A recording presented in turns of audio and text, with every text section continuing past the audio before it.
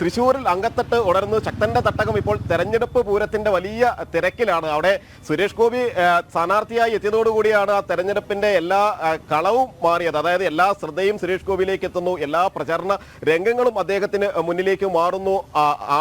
കൃത്യമായി തന്നെ സ്ത്രീകളടക്കമുള്ള വലിയ വോട്ടർമാർ എത്തുന്നു. അങ്ങനെ പ്രചരണ രംഗത്ത് മൂന്ന് മുന്നണികളും ശക്തമായി തന്നെ പോരാടുന്ന നിലയിലേക്ക് വരുന്നു. അവിടെ ടി.എൻ. പ്രതാപൻ നിലവിലെ എം.പി. ചെയ്ത കാര്യങ്ങൾ, വാഗ്ദാനങ്ങൾ, ചെയ്ത പ്രവൃത്തികൾ കൂടുതലും വാഗ്ദാനങ്ങളായിരുന്നു എന്നതടക്കമുള്ള കാര്യങ്ങളെല്ലാം ജനങ്ങൾ വിലയിരുത്തേണ്ട കാര്യമാണ്. എന്നാൽ ആ ഒരു പോരാട്ടം കനക്കുന്ന തൃശ്ശൂരിൽ നിന്ന് എം മനോജ് തയ്യാറാക്കിയ റിപ്പോർട്ട് കൂടി നമുക്ക് കാണാം.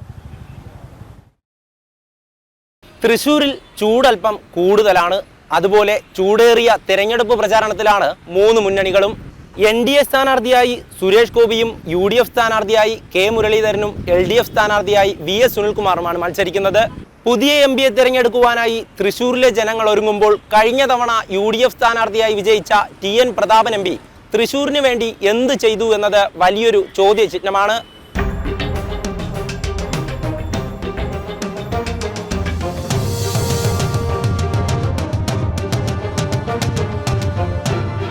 ഒരു മാറ്റം കൊണ്ടുവന്നില്ല, അതേപടിയാണ് അയാൾ വന്നിട്ടുള്ള ഒന്നും ചെയ്തിട്ടില്ല.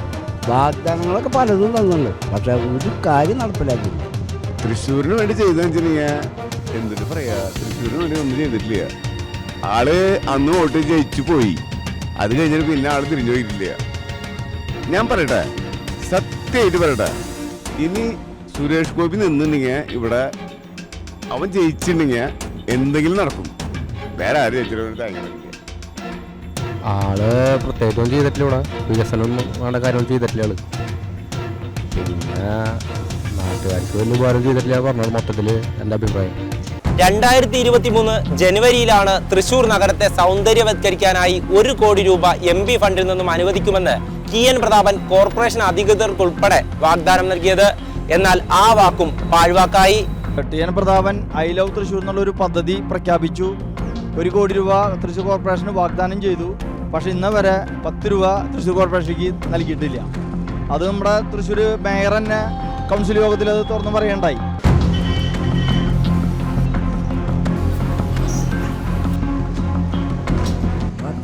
ചെറിയ മാറ്റങ്ങളൊക്കെ ഉണ്ടായിട്ടുണ്ടെന്നേ ഉള്ളൂ, വലിയ മാറ്റമൊന്നും ഉണ്ടായിട്ടില്ല.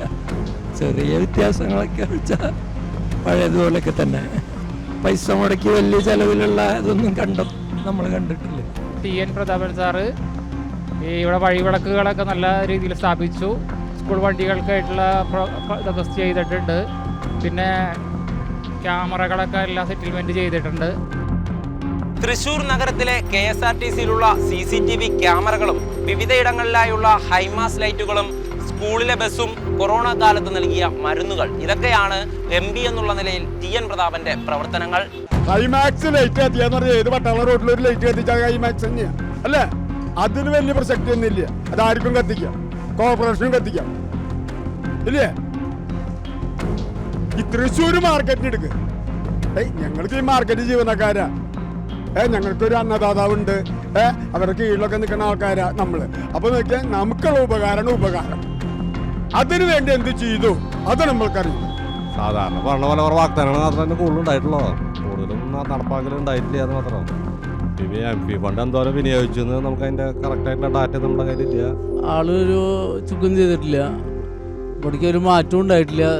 തൃശ്ശൂരിലെ ടൂറിസം സർക്യൂട്ട്, തോട്ടമുഖം ഇറിഗേഷൻ പദ്ധതി, പുതുക്കാട് ഫ്ലൈ ഓവർ, ഇതൊക്കെ MP-യുടെ വാഗ്ദാനങ്ങളായിരുന്നു. നടപ്പിലായോ എന്ന് ചോദിച്ചാൽ ഇല്ലതാനും.